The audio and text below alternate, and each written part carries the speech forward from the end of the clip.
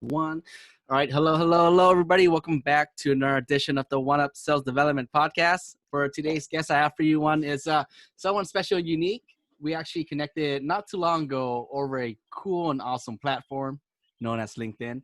And once I engaged with his personnel, I really love his background picture. I was like, man, it's really catchy. It reminds me of going back to the future. It's a nice, cool, and awesome, long, attractive hair. And, he's just like a really cool and confident guy. And as I dive a little bit deeper, I was like, okay, this guy, he's onto something. We got to get him on this podcast. And he has over 7+ years of sales experience. He started out over at FedEx as a field sales rep. And for those who are listening, you guys, no, I did an episode prior to my cousin-in-law, who was also a sales exec over at FedEx, worked his way up the ranks. He's coming from the front lines, true AE professional.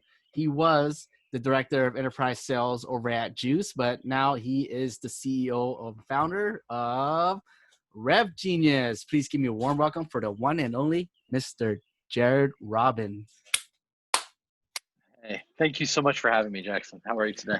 I am doing well. Jared, thank you again so much for hopping on the One Up Sales Development Podcast. We truly appreciate you. And that, I know we're just talking in the background right now, and you mentioned that you were at Juice and you're rolling something out. Tell us about that.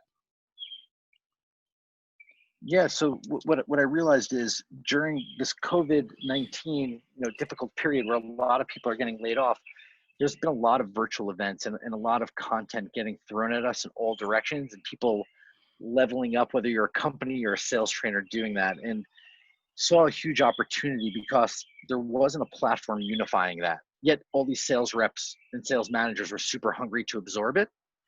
Enter RevGenius, a unified sales and marketing platform. Lives as a Slack today, but we're building out the MVP for more of a platform with that. So a spot for you to level up, and as a sales professional, not pay a dime to do it, just have an organized single spot.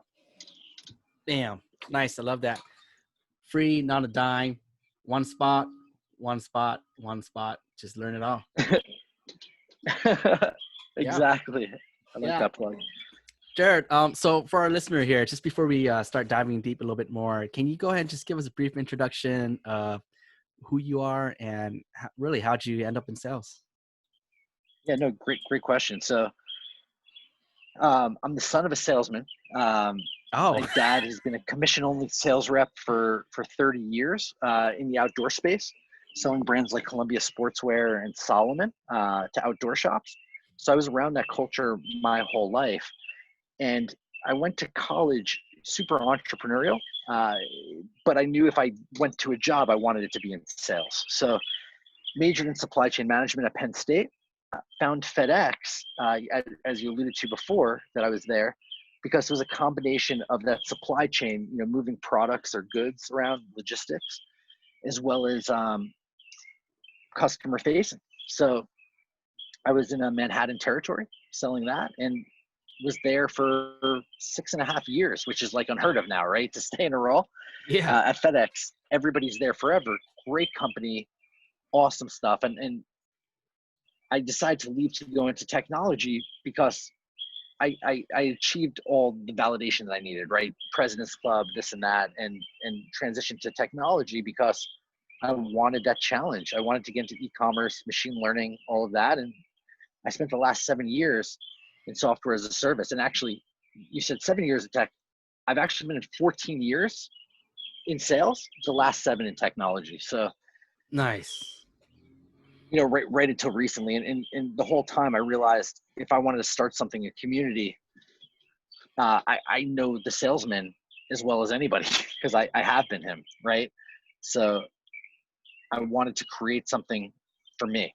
I found myself super thirsty, bouncing around all week, doing this podcast, when I say podcast, like listening to this one, going to this sales training, going to this Outreach Unleashed, etc. And everyone had their own lane. And there's no single spot of truth, as you probably see. So I'm like, let's do that. Let's hang out with some other sales professionals who I know and love, and create something for them and something powerful to level up each individual and level up the profession, because this COVID times has taught us, that we're a community, and LinkedIn has further hammered that home with the support of everybody for each other. It's been great. Yeah, I agree. And what you're just talking right there is what you created, and you mentioned it's the Yeah, RevGenius, right? So let's dive a little bit deeper into that. And it's funny that you mentioned that, because I, for myself, had never attended a virtual event too until this year. And the first one was with like Unleash too. And, they could throw out some sure. stuff. Hey, sign up here. What kind of topics you like to talk to, or what kind of topic would you like to learn, and what kind of topic would you like to see? And then they just send you a confirmation email, and you just slap that shit on your calendar, right? But it gets like scattered everywhere. It's like thrown left and right. It's like Mhm. spread out throughout the days. And so diving into RevGenius, can you tell us a little bit more? Like, are you guys like making it like one simple place to attend and watch, or what is it we're looking at here? So essentially, we're going to be aggregating all the events that are already out there. Day one, I don't foresee us creating our own content, but we're going to be organizing the content that's out there, whether it's podcasts, webinars, digital conferences, in-person conferences, because we will be able to see people in person again, contrary to what it feels like, blogs, etc. Really, really a place where a sales rep who's thirsty for knowledge and leveling up. And it seems like more and more sales reps today are falling into that category. And this is for you. This is for you. So today it's a Slack, and it's very much a community where everybody's talking to each other, giving LinkedIn Sales Navigator hacks, like how to Boolean search, how to best organize their accounts in their territory, how to overcome objections, and what's the new technology to understand the personalities of somebody based on their LinkedIn profile, which is crazy. I forget what it's called, but we were just looking at that technology the other day. Like Oh, like talk to this person assertively, or talk to this person laid back, like that type of stuff. It's crazy what there's out there. oh wow. Okay. That is funny, because I've actually been talking about this for quite some time too. And this is exactly, depending who you're speaking to, how they're receptive to, right? And this is where challenges come to, especially new and young SDR and BDRs out there. And one of Sure. it is being shy from the phone. Like, you're scared to pick up the phone, just being a little bitch about it and stuff like that. Then never do a cold call, never heard a cold call, don't even know what a cold It's call normal. is. And I'm guessing this type of thing that you're mentioning right here would say, hey, this person would rather prefer phone than email. And if so, they're more laid back, they're more prone to making jokes, or they're more prone to, hey, keep it professional. Is that what we're talking about? Yeah, so I don't know if it talks about like the mode, like whether it's call versus email, but it's telling about like how to talk to them, like Oh, okay. like challenge this person versus uh, let this person lead, or something like that.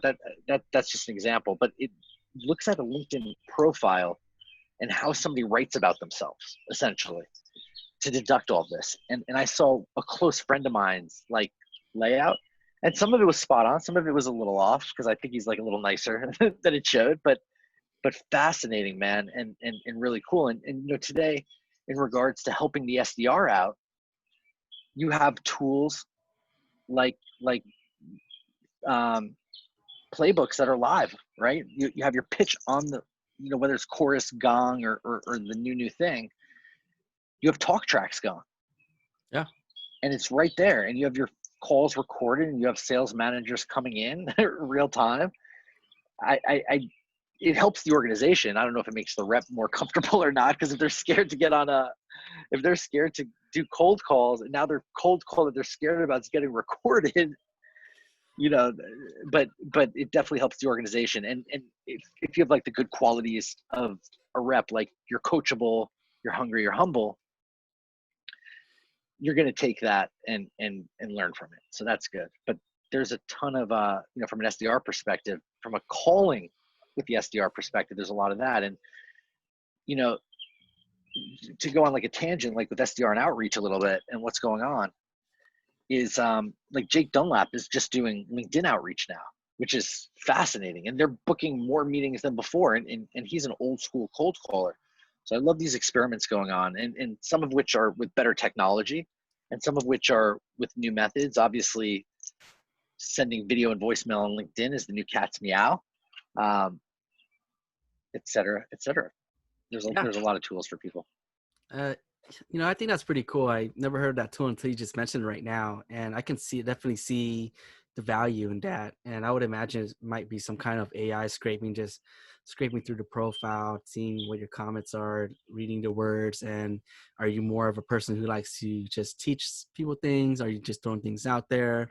And I would imagine they would go ahead and come back with the results and say, hey, you should reach out to this person by doing this and that. Interesting.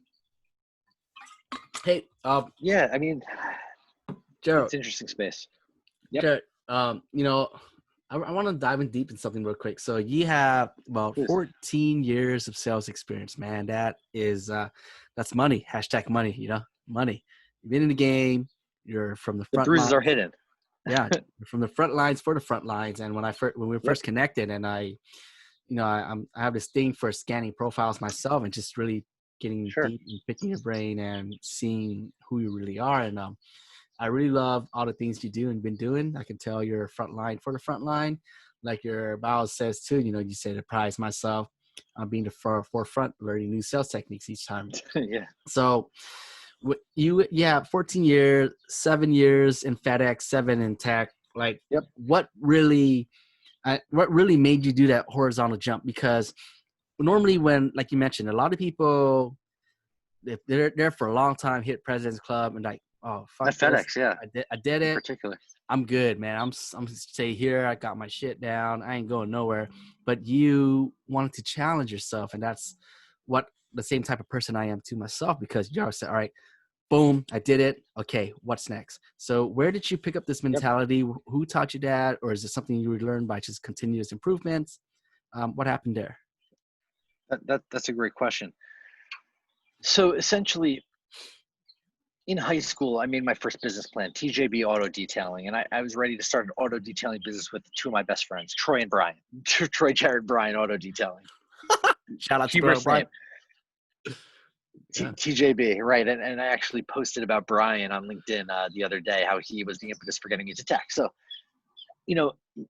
had this entrepreneurial mentality. Went to school at Penn State, great school, but started putting myself in a box, and that box wasn't entrepreneurship. And frankly, I was scared to be an entrepreneur, as a lot of people are. There's no safety net. There's no money. I wanted to get out of my house as quickly as possible. And that wasn't going to be a means to do it. FedEx was interesting. It got me out of my house. Sales was interesting. It got me into an entrepreneurial-ish role, like where you can control and like bring business on and be the lifeline. That was cool. Now, why'd I leave FedEx after like getting all this validation and 4 promotions in 6.5 years or whatever is the question. And it was because, of that executing it fully. I stayed at FedEx because there was a recession and it was a safe job and I needed a little more validation, right? I was still young and I needed self-validation and I got it from promotions and I got it from awards. And a lot of young folks do that. And that's normal, I think. So, got that and I realized, okay, I don't want any more. I'm bored. I don't want to keep doing the same thing here because, the company's, it's growing, but it's going around in circles and it's not interesting. Technology was interesting. And I could really, really maximize my ambition and my intelligence jumping into technology because there's a lot of smart folks and in general, the people are really forward thinking, really outside the box thinking, really smart, always thinking the new thing. FedEx or an old school Fortune 100 company is like, play it safe. And it depends on the type of person you are. And I was the type of person not to play it safe. So, took a pay cut, went into tech, flew by the seat of my pants. I was homeless for 2 months living in an office building. not getting paid on time. And we went to Series A profitably. I believe so. Somebody told me that, but we went to Series A. Peter Thiel, the first investor in Facebook, one of the PayPal mafia, along with Elon Musk.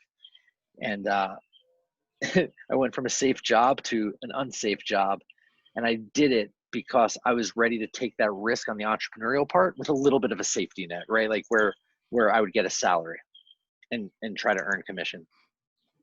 Yeah. Okay, man. I love that. Let's talk about that. So it seems to me when you make that horizontal jump, your first experience and, to really get that feel was over at Granify. And you mentioned right now you were homeless for about 2 months, living in the office. I lived in an office building, and Yeah. it was because I kicked myself out of my ex-girlfriend's place. Like, we separated and I didn't have enough money because I was still paying half the rent. Oh, fuck.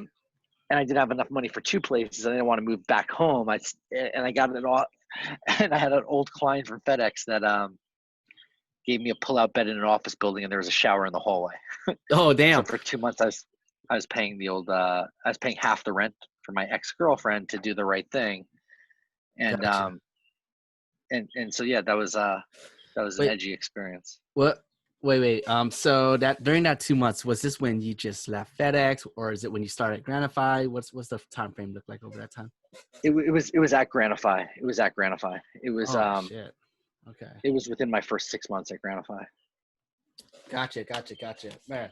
So this is exactly why I love interviewing like sales professionals like you. You're coming from the front lines, went through some bump and bruises. Let me ask you this. So now that you're your success today in tech and SaaS / sales development, what's during your time when you first started at Granify, which was about 7 years ago, give or take, what's changed? Yep. What's changed in software sales? Yeah, like prospecting, Yeah. stuff like that. I'll tell you exactly what's changed. Sales enablement. Sales enablement didn't exist that hard 7 years ago. Perspective. You know how LinkedIn Sales Navigator up until maybe 3 months ago in Gmail had like the side piece like that, like would populate like the name of whoever you put in? Do you know that tool? Yeah, okay. yeah. That was Reportive, a company called Reportive. That was sales enablement. We would guess emails in Gmail, and if that populated, that meant we guessed right. Yep. Okay, there was no email scraping tools like there are today.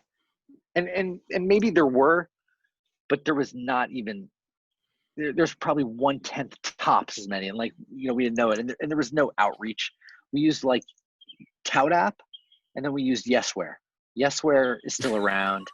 And then we used Outreach. And there was no Chorus or Gong.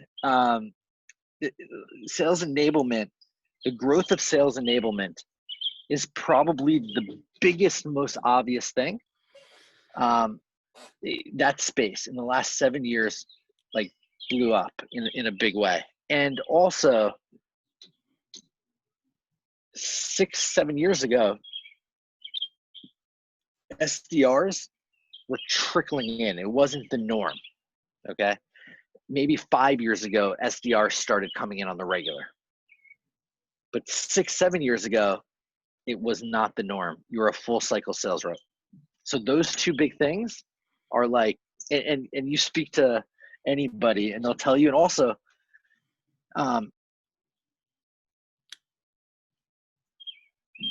just like from an outbound perspective, from a full cycle sales rep, you were doing more calls than today, and emails were hitting more.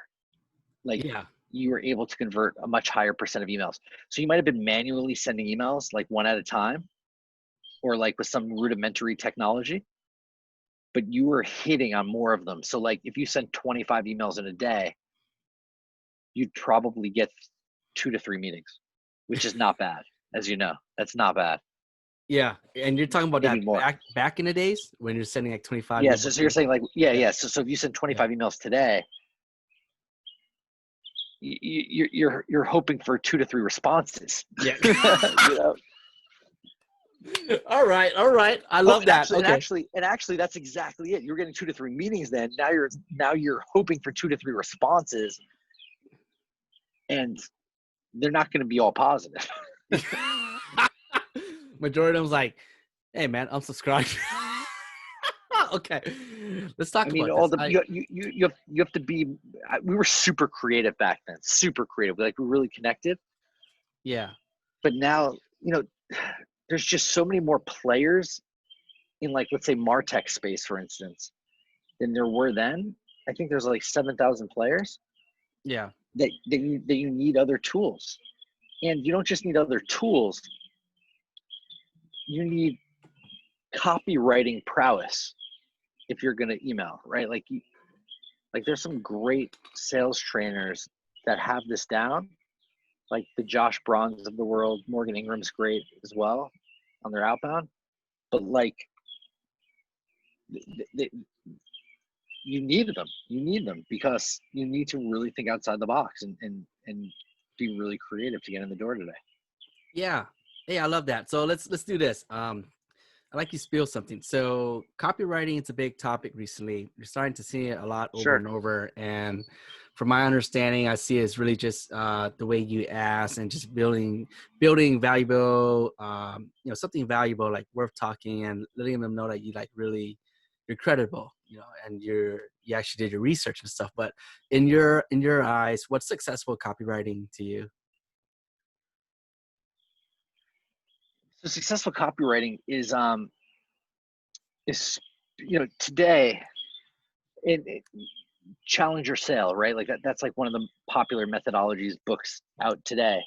It's pretty much saying that the customers are smarter now than ever in the sense that they've done the research, they know the landscape before going in. You're not going to teach them anything that drastic, and you need to go in having an idea of potential problems or challenges that they might have because you've dealt with other people in that space, right? Like if you're like most people in MarTech, depending on what you're in, you have A, B, or C, and there's a good chance one of those issues are there. And it's also big in regards to not product selling anymore. You're solution selling. That's a big thing. You're finding a gap that they have and selling a solution to close it, right? So Yeah. where in the past you'd say, hey, reaching out to you because you're awesome, or something like that. Granify is a really cool machine learning technology that helps you convert more customers. We work with clients A, B, and C. Think you'd really be interested. Do you have 15 minutes this week? Where that was yesteryear. And they weren't that different than that, what I just said, at all. Yep. At all. And actually, that's a good one from back in the day, right? Like, they were worse than that. Like, that's quick and concise. Now, you have to be under 100 words. And we knew this. We knew this 7 years ago.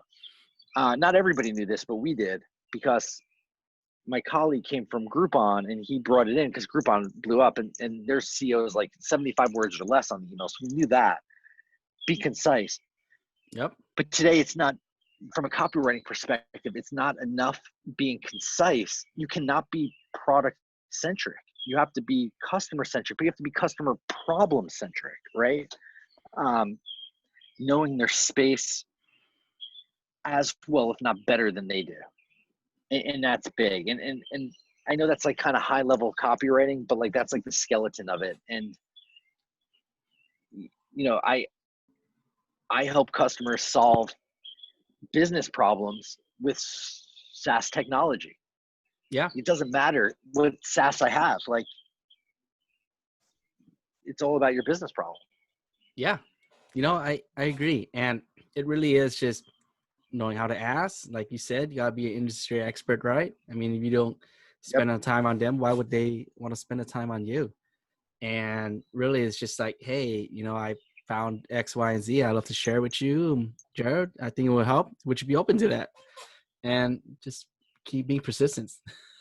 You know what I really like too, Jared? You mentioned back in the days, like 7 years ago, everyone was doing the SDR work, but it was like full cycle. And now it changed down to about, just breaking it down. But just 5 years ago, when it's just become the SDR thing just blow up. And it's funny because I see a lot of people too, sometimes they say, hey, I really believe, like, there's people out there who claims, I'm just going to throw it out there, man. Fuck it. There's people out there who claims, hey man, I'm an SDR 20, 30 years ago. No, no, man, you were a full cycle sales rep, dog. You just didn't have that. As SDR, BDR is different now. And the reason why is because things had changed. Things are now available that wasn't available last time. There's now social touches that didn't have before. But more importantly, the technology that's now available to you to do your outreach to be successful, to truly reach out to them and really learning how to utilize that tool, like Outreach, SalesLoft, Yesware, Reply.io, Sure. Apollo.io, Persist IQ. There's a lot of them. And plug. Yeah. yeah. And There's being so many. SDR, BDR, you got to be tech savvy, right? If you're not good with computer, with multitasking and just being able to type the words, and you're really not an SDR, man. I mean, give or take, phone is one of them. But there's some people out there that I know they claim they're SDR and BDRs, but they're only phone centric. And it's like, man, you're just cutting yourself short. You just hit that speed dialer, sit on the phone all day, every day. No, dog, you're just an appointment setter, man. Well, you could argue that that's what an SDR's job is, to get meetings on the board, right? Yeah. And today you have to be so creative and use so many different modes to outreach. To try to be a full cycle sales rep today is harder than ever, because the clients are harder to get into and the creativity is needed. So like you'll spin your wheels. You could do it in certain spaces if the product is like the cat's meow and you have a brand name and all of this. But if you have like a dime a dozen product, which a lot of people do, marketing agency, for instance, dev shop, you need a lot of more time to get in. And the irony is the two examples I gave are like two of the last ones to have that set up, because the margins are so small, but you need it. Yeah, no doubt. Oh, I love that, man. Hey, Jared, I want to ask you something. So, notice you were a mentor at Bravado. Pretty familiar with Bravado. Are you still a mentor for them today? So I'm not really active with that. I don't have any mentees through Bravado, but I've taken a few kids under my wing, adults, sellers under my wing, because a lot of people have reached out through LinkedIn, and I'm happy to have a conversation with anybody that's a positive person, period. And it's responsibility to the universe to do right. Yeah. Quick question, since you were helping there for a minute, what really is Bravado? Because I remember looking at, there was one down here. They're like, hey, SEO, you be an AE, make this much amount of money, 6 figures and stuff like that. Was that really the stuff over there? Or is that just one of them things? That's What do you gonna mean, ask. Bravado? Wait, that Bravado? Yeah, is Bravado SEO? Is that the same one I'm talking about? It might be a different one. So Bravado, essentially, Bravado is a network. I believe they have like 60,000 users. It's a mentorship network. So everybody's on there to learn and to learn specifically through mentors. And you don't get paid, or at least I didn't get paid. I don't think people get paid. It's just like goodwill and karma and love. Gotcha. Never mind. I have it for the different one that I had. It was also named Bravado too. I guess it must be a different one. I had a client called Bravado that was under Universal Music that did tour T-shirts for the band as well. Bravado Music Group. So I've heard Bravado in a few different ways. Yeah. All right. For sure. So, hey, I remember your for just reading the profile, it says something about off funnel. Can you talk to about your experience when it comes to off funnel? It's like you had so that just goes back to the full cycle, right? Yeah. Like I've done outreach. I've scaled outreach. I've literally used outreach to do both of those things. Nice. Outreach.io. Always take meetings, close meetings, bring things through the whole pipeline from entering opportunity to moving it through the funnel to hitting closed won, closed lost, or changing the date to the future. tabling it. Yeah. I'm curious. So coming from a sales professional like you, let's say if there's a listener right now, AE at a tech and SaaS company, Yep. and they're doing a lot of demos. So when it comes to you and your expertise, what makes a good demo? What's a bad demo? And how do you get better at your craft? So yeah, so to get better at your craft, you got to learn, right? You got to read, you got to talk to people that are smarter than you, that have done more than you, et Yeah. cetera. And you need to learn through experiences, having people shadow you on calls and things to that effect. A good demo versus a bad demo, and a good sales process versus a bad sales process, once you're meeting with customers in general, is just, it starts with your discovery process, right? Like that's probably one of the most important, if not the most important area to, in sales. And Keenan in particular, give him and Rachel May a plug in gap selling. In discovery, you're understanding present state and desired future state, and the financial gap in between there, right? And asking them questions to uncover challenges today that's causing them not to get to their future state that you could solve. And going into that discovery meeting, you have a list of everything you can solve, right? Like in typical problems that company A, B, or C would have, and then also root causes behind that, right? Like, so, okay. Nice. We're not getting enough meetings if you're selling sales enablement. Well, is it the meetings or is it the close rate? Like understanding the process, and if you don't hit your goals, what does that mean for you? Is it you lose your job? Is it your company doesn't get its funding? Is it you can't go public? So now you're building like this whole picture, this whole gap. You're like, whoa, this gap, and this is all in like discovery. And if you demo before finding that, like how less powerful is this conversation, right? So now you have a gap. You realize this gap is $30 million and your solution is 300 grand. That's a cheap price for $30 million, right? Like, so you're like, so now your demo, after learning all that, speaks to their problems, very customer centric, but not just customer centric, problem centric,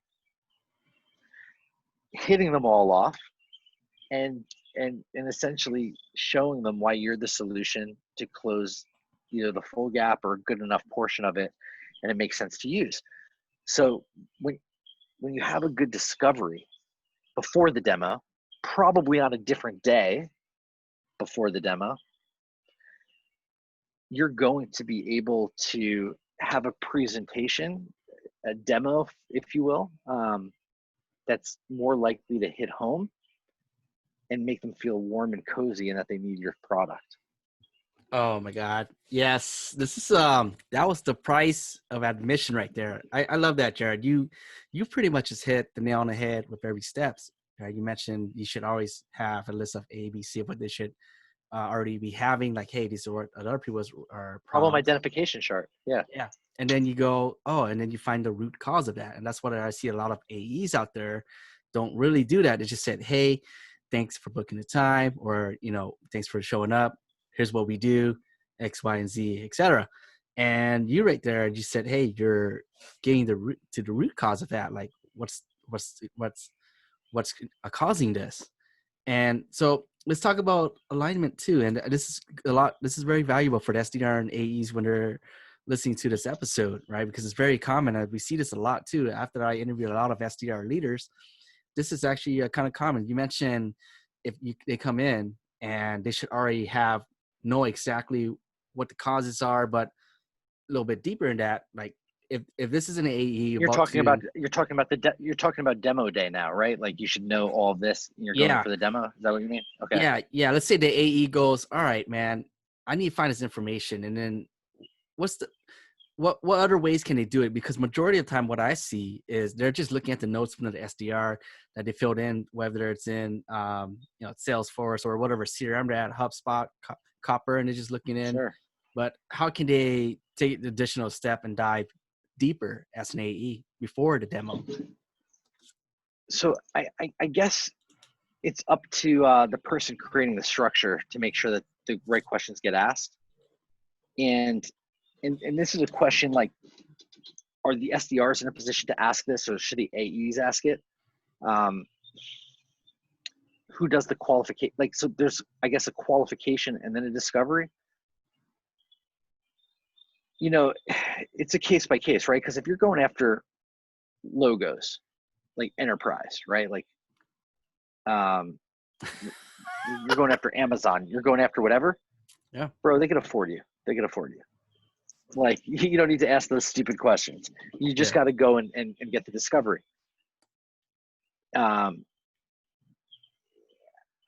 In my experience, the person that demos should be asking the questions probably, right? Because they're coming up with the presentation. Yeah. So SDR, yeah. So does that make sense? Like, I think so the SDRs put in whatever notes, the AE needs to schedule a discovery call, whatever happens before. And that discovery call can't be on the same day as the demo, unless the product's like a $500 product, because then whatever. Gotcha. Like, if the product's a $500 product, or 300 or $50, like if the product's Gmail, and you have a team of 10, it's like, okay, I know you need to send mail. Like, it doesn't matter as much. Yeah. You know, okay, I like that. That's what I But see. if it's a $100,000 product, yeah, you have to learn. Yeah.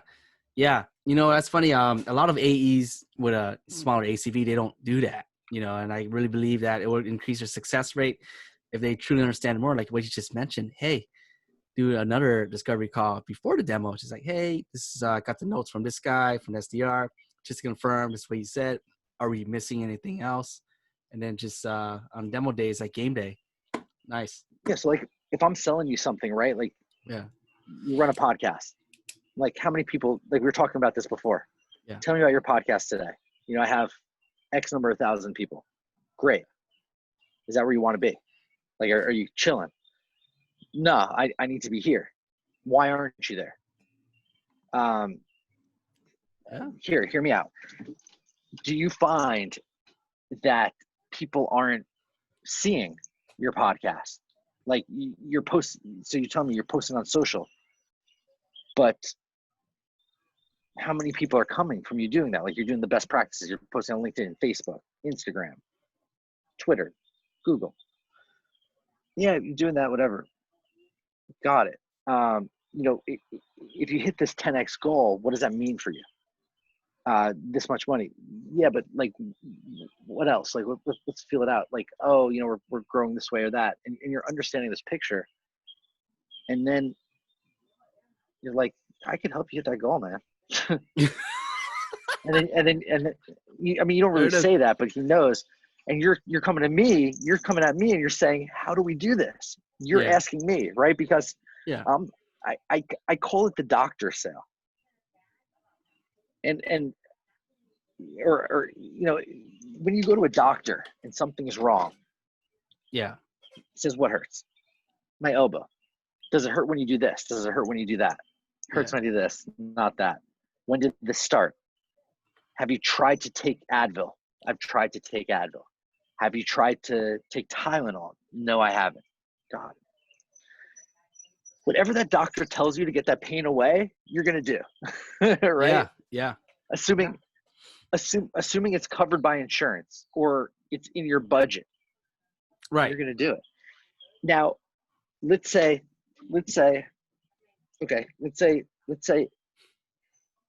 it's not Jared going in.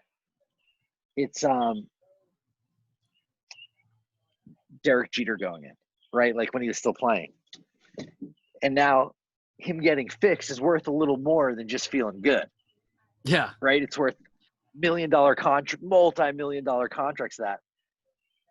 So now Derek Jeter's going to pay a little more, right? To get, you see where I'm getting? The gap is bigger. Yeah. That's like the best example. Nice. Right? Oh, so you're playing for the Yankees. Oh, your contract's over and you have a chance to make $30 million a year. Do you care if it's covered by insurance? Fuck no. Fix me. That's right. Oh man, I love that. That's how you do it. Big, just filling in that gap, tying it in, and closing it out, man. That's how you do it. So you got it. Like you have two people with their elbow busted, but because they have different goals and different like possibilities to get there, you have two clients with their sales process busted or with whatever you're selling busted, but understanding where their future state is and what those things behind. Did that analogy kind of like help like accentuate it? Like, Yeah, love it. The doctor.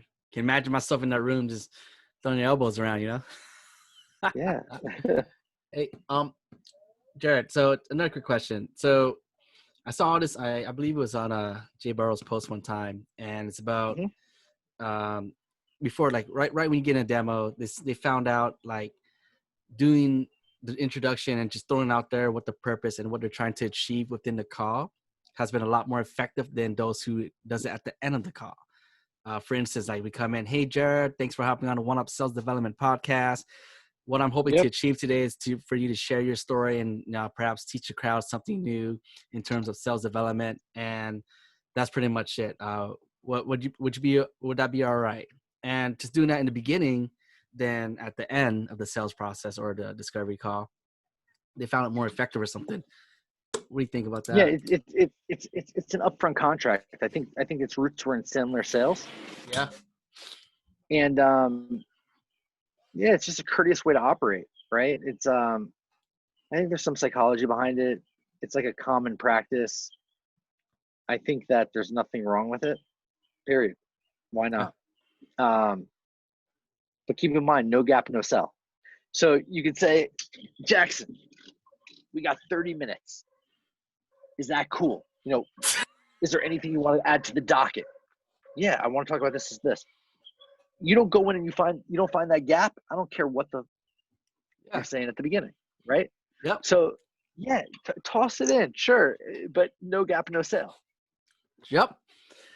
That 100%, no gap, no man. sale. No gap, no sale. So you can go to the doctor's like, I got 30 minutes today. He doesn't ask you if you're how your elbow does, or ask you the right discovery questions to figure out the gap, or he doesn't realize that you're Derek Jeter and he thinks you're a normal person and gives you Tylenol. He's like leaving a lot on the table or probably losing the deal. Yeah. Even if he tells you you have 30 minutes, right? And gets that upfront contract. So the upfront contract is great. It's I believe in it. I do it. But finding the gap part is critical. Yeah, exactly. And this is exactly what B2B is too, right? Like they're not reaching out just to see a demo, man. There's an actual pain there. It's like, hey man, what can you do to make my life easier, make some money faster, whatever. Yep. I love that. Jared, so I know we're running up against the hour here and the time.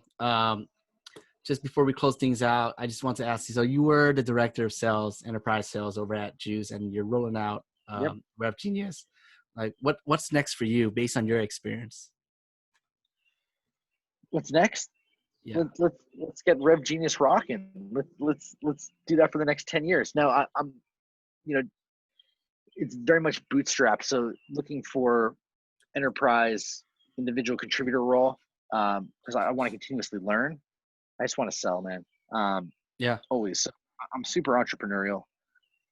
I'm hungry, but if the right opportunity came up that had me in a selling role, selling SaaS or some sort of technology, 6-figure deals, 7-figure, definitely open for it, especially if it was with a strong company with a good leadership.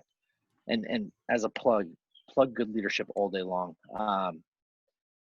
It's more important to work for a good leader that'll help you level up, help you hit your quotas the right way, help you learn, help you achieve whatever goals you have and be empathetic to you, than it is working for like a cool vanity company.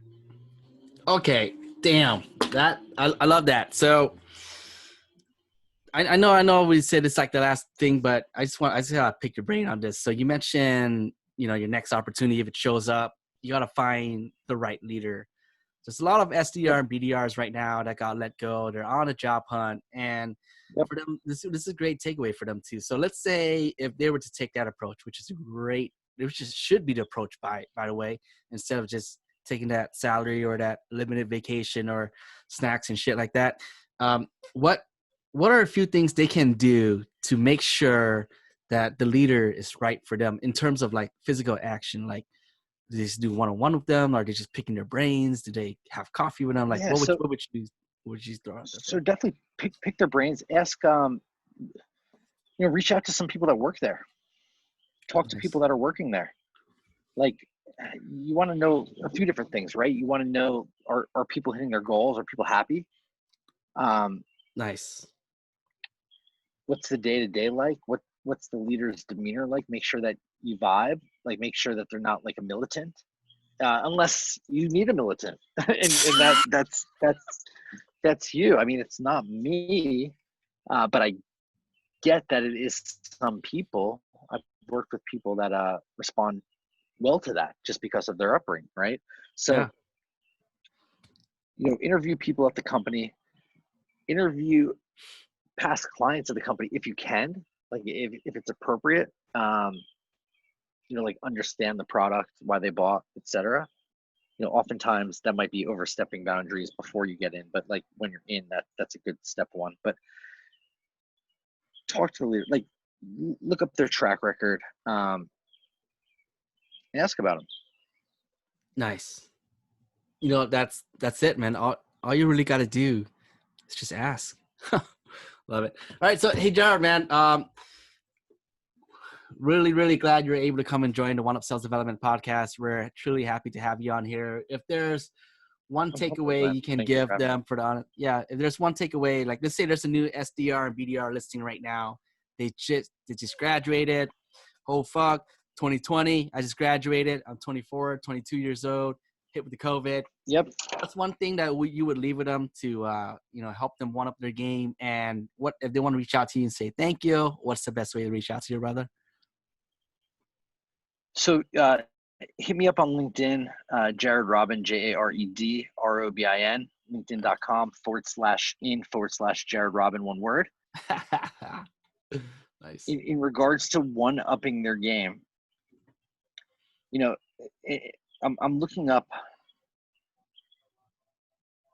this awesome leader that's actually part of RevGenius. Nice. So essentially the gist is he wants people hungry, coachable, and I think like moldable, right? Like I think that's coachable, like humble, hungry, coachable, like have those characteristics. Hungry and persistent, I think they're synonymous. I think that's a great trait. And being coachable is big too. So you want to be hungry, but you want to be able to take a foot off the gas and understand that you don't know everything. Damn. I don't know everything. And I've been doing it longer than you. And I'm not even close to knowing everything, right? Be open to learn. It's a great quality that people want on their team. And be hungry. That's it, man. There it is. And learn from, be coachable, learn from them, and then go off on your own and learn as well. Like learn every which way. Learning is so important. And that's why RevGenius is a beautiful project. It aligns closely with like my values in that. I love it. And there you go, guys. Jared, thanks again for hopping on the One Up Sales Development podcast. And for those who's listening, be sure to check out RevGenius and upload your game, baby. Thanks, Jackson. Have an awesome day. You too.